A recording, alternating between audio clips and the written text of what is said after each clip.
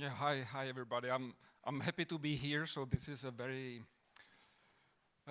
special occasion for me. So first, I accepted the challenge of giving this talk. The second is it's in fact my first GopherCon ever, not only as a speaker but as an attendee, and I really like to be here and see the community for the first time, to be like close to the people who share the same enthusiasm for the language. And the third reason is that I could, after years of online friendship, meet in person the other, practically the rest of the Gonum team now, Dan Korček. So it's yeah, it's so nice. Just today in the morning, we met for the first time, and it's so nice. Yeah, and for you also, it's a maybe unique or rare opportunity to have practically the whole Gonum team here. So if you have any questions or doubts or anything, just yeah, come to us and ask your questions. So I will. I want to not give a tutorial, just like slide introduction or take a look at what Gonum is and what it does, and especially for numerical linear algebra and how you can use it to solve maybe some differential equations. So, so the agenda is as follows. So first, I want to introduce you to what kind of problems we are solving. So what is this scientific computing and what is it about? Then I will like quickly introduce like the hello world problem of scientific computing, and then get to the core of the presentation, like how to do linear algebra with Gonum, how you or we in Gonum represent matrices and vectors, what matrix types we have, and what matrix factorizations we implement, and that you can use to solve your linear systems. So first, what is scientific computing? So this is a little bit, I need to, it's cropped, so.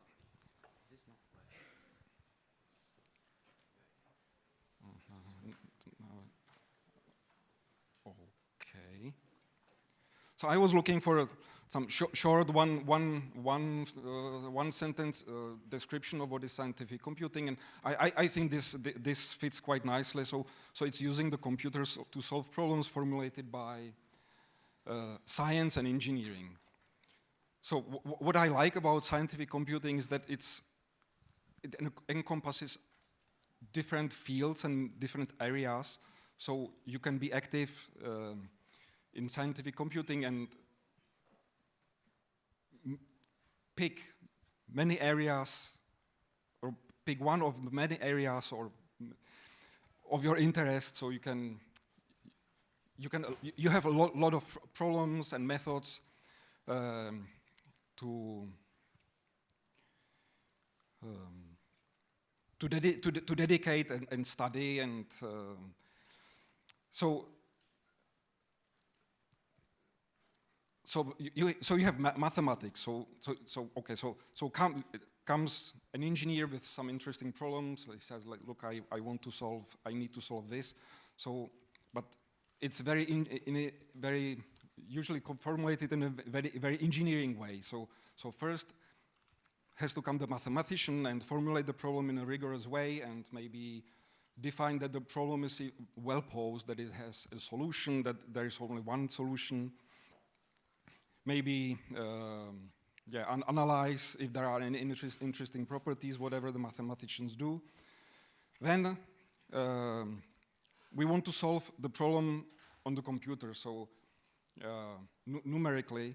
So comes the numerical analyst and designs and analyzes the algorithm for solving this problem. Usually, you prove the convergence of this numerical solution to the exact solution to make sure that that you are actually solving the original problem that the engineer or scientist is interested in. And maybe there are some error estimates, because we always will make errors in the mathematical, in the numerical sense. So once the numerical analyst is done, then comes the software engineer, implements this numerical scheme or this algorithm on a computer, develops the program, hopefully tests and makes sure that the implementation is correct.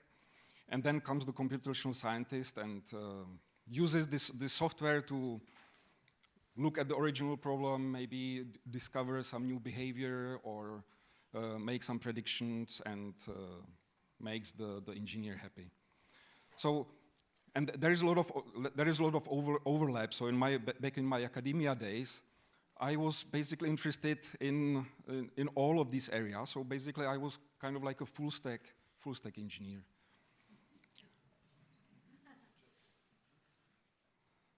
This is very impractical. Yeah. So the scope. So there are all kinds of different models covering phenomena from different areas, from different application areas. So maybe the biggest application area is computational fluid dynamics, so modeling of behavior of fluids, flow in turbines, around airplanes, wings. Other areas like material science, crystal growth, modeling of, for example, one of the projects that I was involved with was modeling of the human heart and the beating and flow of blood through the heart. The models cover whole range of spatial scales, so you can have models from on the atomic scale, on the microscopic scale, growth of crystals, to macroscopic phenomena, to modeling of formation of galaxies. Different time scales, so things that happen very quickly on the atomic scale, and to phenomena that happen, for example, on the geological scales, or like formation of galaxies, so things that take place over millions of years. You can have also have your models for different purposes. So you can be trying to save mankind by solving some climate models, or you can be solving something even harder, like finishing your PhD. Or you can have some toy model that you want to study for your research. And actually, these toy models are my favorite, because they capture the essence of the problem, but are very easy to solve, and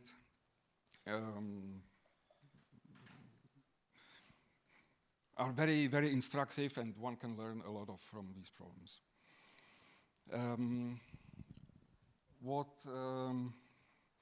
What is common to these models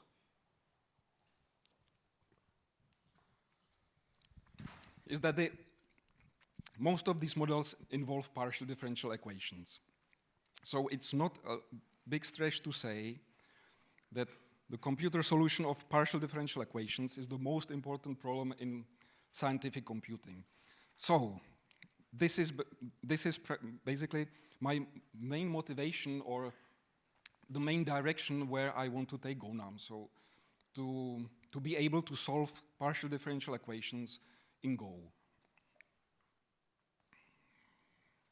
So just quickly take a look what partial differential equations look like.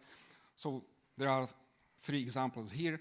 So the partial differential equations model are usually formulated as continuous problems. So there are infinite dimensional problems Here are some three examples of some diffusion problems. The first one is static, so there is no time variable. The other two are dependent on time, so the second one is the diffusion equation, which models diffusion of the quantity. Here it's denoted by U. It can be heat, it can be concentration of some concentration that diffuses over time. The third model is an example of a nonlinear equation, my favorite, the Allen-Kahn equation. So you can see it's just a very small change from the heat equation, and the behavior is completely different.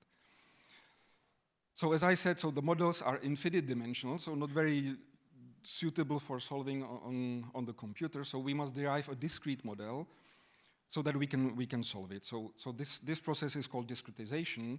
So we construct an algorithm with a finite number of steps for a finite number of parameters.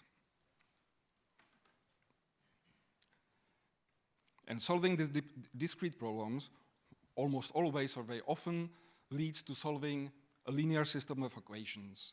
So you may remember from the university, or from maybe it's already at high school, two equations, x and y, and you can solve and extract the x and substitute into the other equation and get the y. So in a general form, this system can be written like this. So the a subscript 1, 1 and 1, 2 are the constant coefficients. We have the right-hand side vector b, and the x are the unknown coefficients. Or we can write it in a more compact mathematical way. So the a times x is equal to b, where a is some given matrix of size n times n, and the x and b are vectors of n elements, and the b is given, and x is the unknown vector. Typically, when we solve the partial differential equations, so the matrix A has some special structure with many zeros, and to get some efficient solution, we want to exploit this structure. Errors. During this process, we are making errors, and not errors in the Go sense, errors in the numerical sense that we know we are making these errors, and we have to account for them and somehow count with them. So we have measurement errors, like errors in the input data. If you are, for example, I mentioned the modeling of the human heart. So the input data is, for example, the shape of the human heart. And how do you get this model? So maybe the patient went to an MRI scan or CT scan that has some finite resolution. Maybe he had some surgery, so the image is not very clear, and you can only guess where the boundary of the heart muscle is. So you have some uncertainty in the input data. Then you have modeling errors, so you're making simplifying assumptions. So the models will never be complete, so you have to simplify things.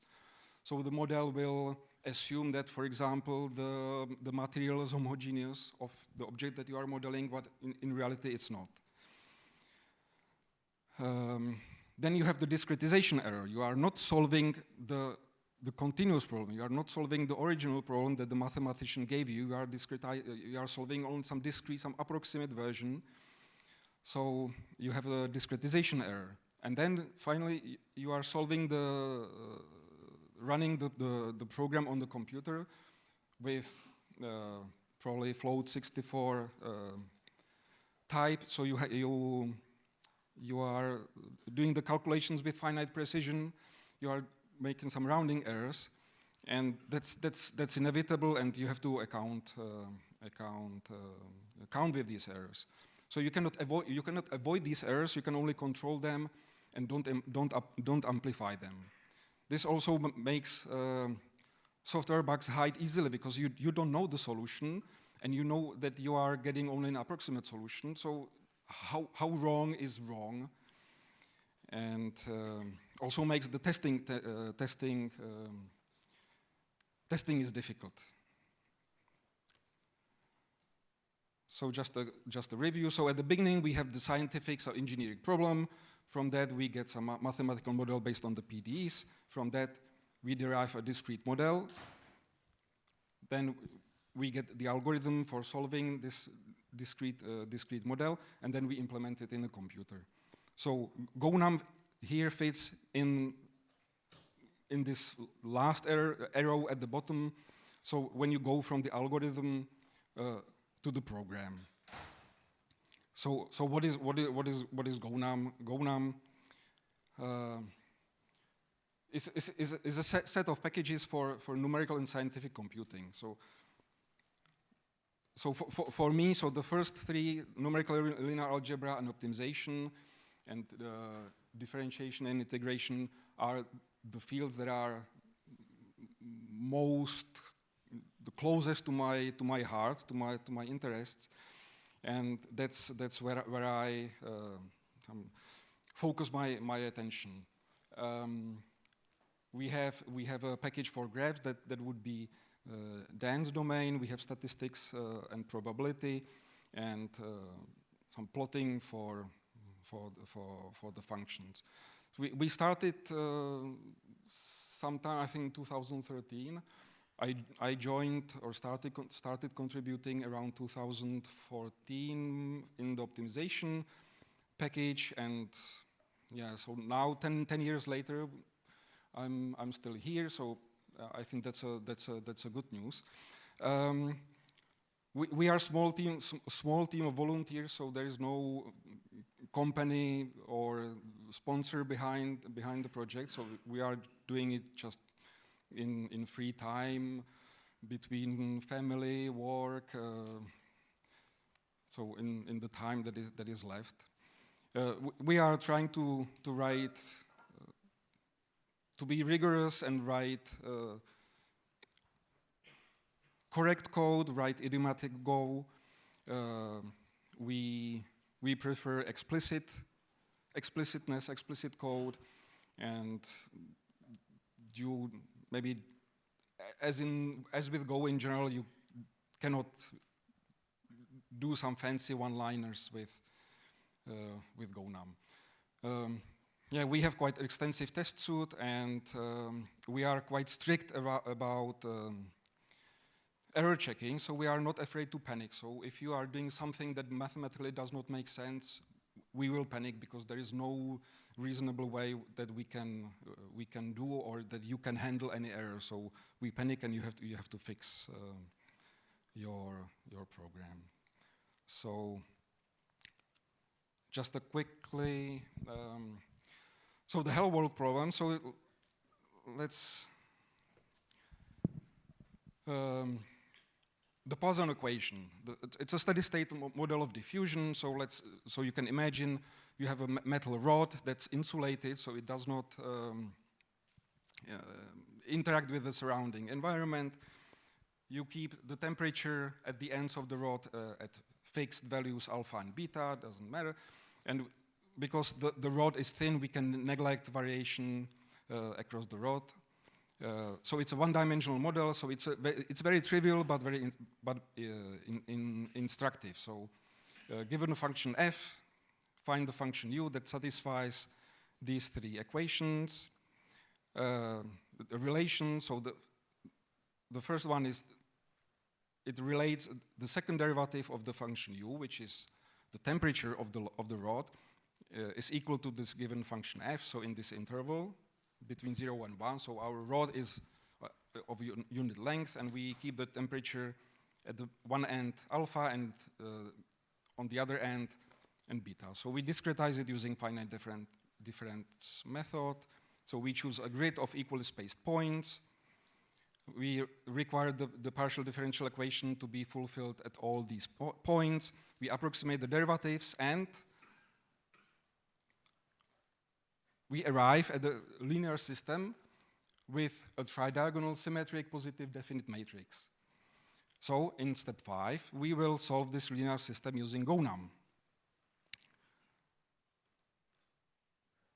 This is how the solution looks like. So at the left end, we said we keep the temperature at 0.1. We chose alpha equals 0.1. On the other end, 0.3.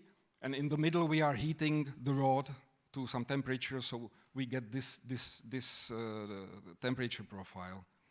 So how we would do that? So first, so basically the task is we have to assemble the matrix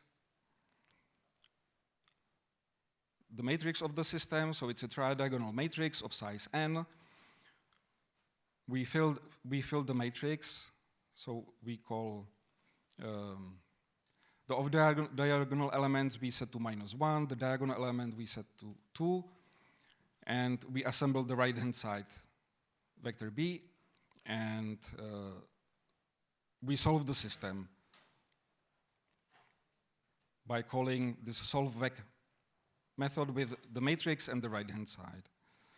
So let's look at this.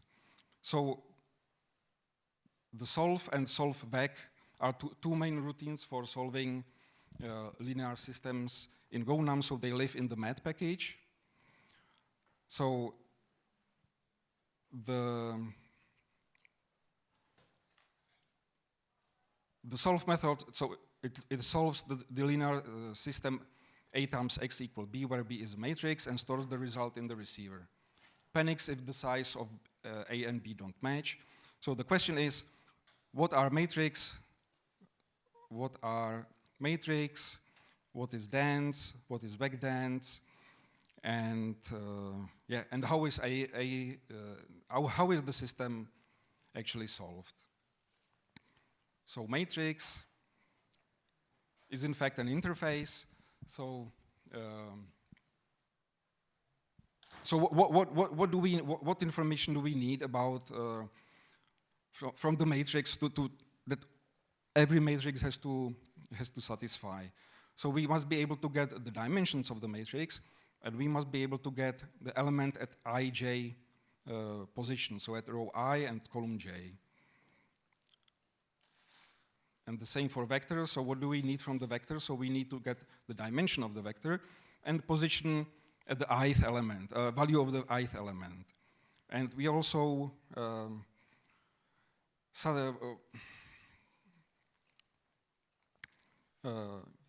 require that vector satisfy the matrix interface, because actually it's a special matrix with one column. Okay, so this is nice, but we need some concrete types to implement these interfaces.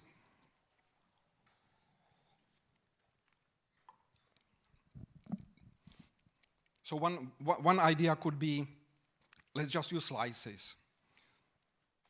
So the vec dense, the vector could be just a slice of float 64, and the general dense matrix as a slice of slices. So this could work. In mathematics, the indices are 1-based. Here it's 0-based, but that's okay, inevitable. This is not Fortran.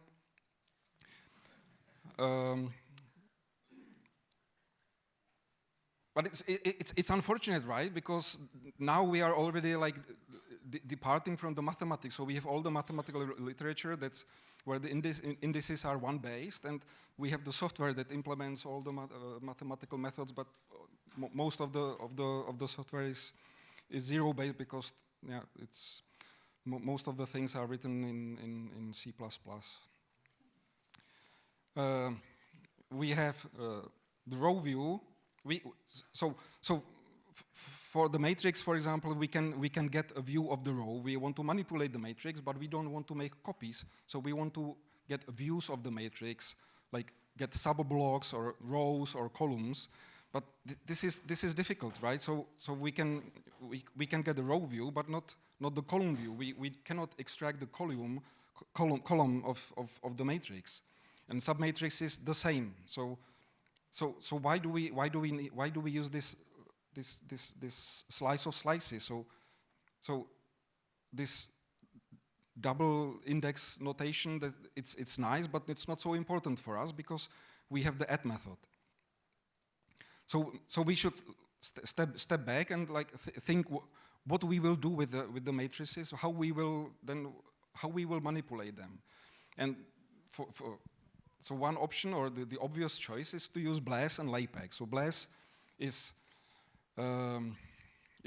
like a standard that defines kind of like the assembly for linear algebra, the very basic methods that you can perform on vectors and matrices. So vector-vector operations, matrix times vector, or matrix times matrix. And LAPACK is a library built on top of BLAS for solving the standard problems of linear algebra, solving linear systems, eigendecomposition, singular variable decomposition, and linear least squares method. So both of these libraries provide Fortran and C interfaces. The Fortran is column major, and in C we can choose, we can specify row or column major. There are different implementations, so there is the reference implementation. There is OpenBLAS, like the open source implementation. Intel offers the math kernel library, Apple offers the Accelerate. So the Gonum approach is to use matrix storage layout specified by BLAS and LAPACK, and design BLAS and LAPACK interfaces for Go. So there is Fortran and C. So to specify an interface for Go, provide pure Go and C-Go based implementations, and provide a math package which gives us like user-facing idiomatic Go API. And this is quite remarkable and makes Gonum unique, because as far as I know, I think we are the only row major implementation of BLAS and LAPACK. And we have an independent test suite that with almost complete coverage of the non-panic code.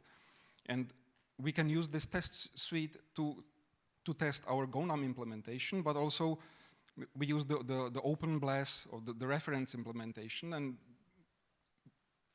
we know that our Gonum implementation is correct because both implementations pass these tests. There are some trade-offs, but yeah, I will not have time to discuss this, even if it's interesting. So yeah, come later, and I can tell you what kind of trade-offs there are.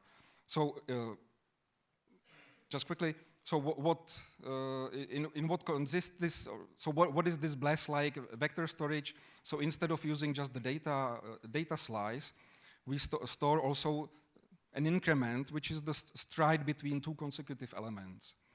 And then the add-back method, so getting the ith element of the vector, is looking into the slice at I times the increment. So we allow, like, yes, stride it. And similarly for the matrix. So we store the size of the matrix, we store the data slice, and we store the stride, which is the stride between two consecutive rows or columns. But in Go, it's rows. And then the add method, which gets the element at the I and j position, is I times stride plus j. So we manually map from the two-dimensional indices to the one-dimensional index into this data slice. So then we can implement the row view method. We can get the row view. So we return, when we get the ith row, we return a vector of size n, because the row has the size of number of columns of the matrix. The ith row starts at the I times stride position, and the increment is 1 because we are row major. So we go in the row. We jump by one element. The call view, the view of the column, is similar. So the jth column starts at has the length of number of rows of the matrix, it starts at the jth element of the data slice, but the increment is equal to the matrix stride. So we are going to the next row, so we have to jump stride element. And we can do other funny things, like we can get the view of the diagonal. So we return a vector which has length of minimum the number of rows and the columns.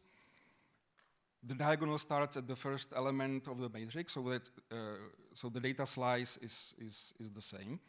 And the increment is stride plus 1. So stride goes to the next row, and plus 1 moves to the diagonal element, and then the next one, and the next one, and the next one. So this is a very flexible storage. So it satisfies what we need to represent the vectors and matrices. There are other types in the math package, like we can represent symmetric matrices, triangular matrices, band matrices, and the variations. And this is great because Gonum has practically sparse matrices, even though if you grab the math package, there is not a single word, not a single occurrence of the word sparse. And so these band matrices are my favorite because they enable you to do many things and can be used to solve the partial differential equations efficiently. We offer matrix factorization. So for example, for us, the most interesting would be the band Cholesky factorization. So if your matrix is symmetric, which it is in this toy example that I showed, so you can declare the variable band Cholesky, you can factorize the matrix, and you can use it as a matrix because the factorization satisfies the matrix interface. You can solve your linear system. For the future, I would like to implement the missing matrix types and factorizations that are still missing to be complete. What I mentioned, so these factorizations are direct methods to solve the linear systems, but I have in the exp package for a couple of years waiting linsolve package for iterative solvers. So I would like to move this package to the main repository and in general continue improving Gonum for scientific computing. Thank you.